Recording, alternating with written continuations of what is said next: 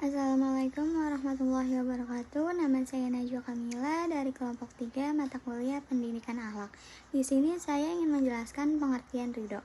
Dalam Kamus Besar Bahasa Indonesia, kata ridho diartikan dengan rela, suka, senang, hati, perkenan, dan rahmat. Beberapa kata ridho dalam berbagai bentuknya dalam Al-Quran tetap dikatakan dengan kata ridho itu sendiri. Kata ridho merupakan salah satu kata yang sudah tidak asing bagi masyarakat secara umum. Kata tersebut juga berkaitan erat dengan tujuan berbagai ibadah. Misalnya seseorang melaksanakan sholat untuk menggapai ridho ilahi atau sebuah harapan agar Allah SWT meridhoi kegiatan mujahadah santri. Kemudian apa sebenarnya penjelasan mendalam terkait kata ridho?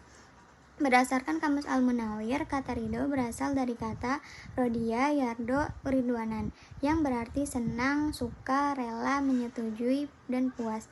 Kata tersebut juga telah diadopsi ke dalam bahasa Indonesia sehingga terdapat beberapa kata ridho dalam Al-Quran yang tetap diartikan sebagai ridho. Macam-macam ridho. Sedikitnya Al-Quran dan hadis menyebutkan 4 hal ridho yang diperintahkan dan 2 hal ridho yang dilarang. Ridho yang diperintahkan yaitu pertama, ridho seseorang terhadap Allah sebagai Rabb-nya, agama Islam sebagai dinnya, dan Nabi Muhammad sebagai Rasulnya. Dari Abbas bin Abdul Muthalib, Rasulullah SAW bersabda, akan merasakan kelezatan iman orang yang ridho kepada Allah sebagai Rabb-nya dan Islam sebagai agamanya serta Muhammad sebagai Nabi dan Rasulnya. Hadis riwayat Muslim. Mereka ridho kepada Allah, maka Allah pun meridhoi mereka. Quran Surat Al-Mujadah ayat 22. Kedua, ridho orang tua terhadap anaknya. Ridho Allah SWT bergantung pada ridho orang tua. Sesuai sabda Rasulullah SAW, ridho Allah SWT tergantung kepada keridhaan orang tua, dan murka Allah SWT tergantung kepada kemurkaan orang tua. Hadis riwayat Bukhari, Ibnu Hibban, Tirmizi, Hakim. Ketiga, ridho suami kepada istrinya. Setiap istri yang meninggal dunia dan diridhoi oleh suaminya, maka ia masuk surga. Hadis riwayat At-Tirmizi. Keempat, ridho dalam transaksi jual beli. Disebutkan dalam firman Allah SWT, hai orang-orang yang beriman, janganlah kamu saling memakan harta sesamamu dengan jalan yang batil, kecuali dengan jalan perniagaan yang berlaku dengan ridho di antaramu. Quran Surat An-Nisa ayat 29. Adapun ridho yang dilarang, pertama, ridho terhadap dunia. Kedua, ridho bersama-sama orang yang menyelisih Nabi.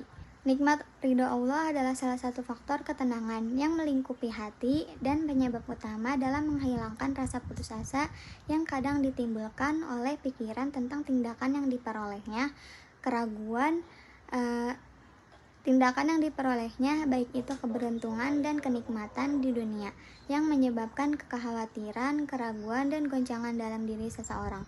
Berikut ini adalah sifat yang harus dimiliki oleh umat untuk mendapatkan ridha Allah diantaranya. 1. Takwa adalah sifat dasar yang paling penting dalam mencari ridha Allah. 2. Menjalankan ibadah rutin seperti sholat, puasa, dan membaca Al-Quran dengan konsisten adalah langkah penting menuju ridha Allah.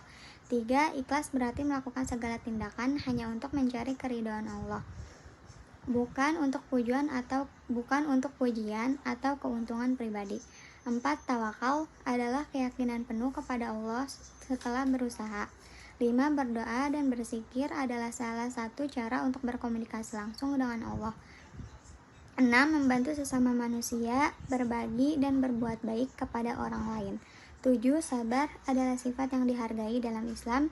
Dan 8. Jika seseorang melakukan dosa atau kesalahan, bertaubat dengan sungguh-sungguh dan meminta ampun Allah adalah langkah untuk mendapatkan keridhoannya. Kesimpulan, dalam konteks pembelajaran, kesimpulan tentang ridho dapat dijelaskan sebagai berikut. 1. Sikap ridho dalam pembelajaran adalah penting untuk menciptakan lingkungan belajar yang positif.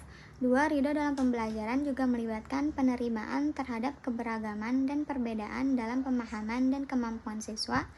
3. Ridho juga berhubungan dengan penerimaan terhadap kegagalan dan kesalahan dalam pembelajaran.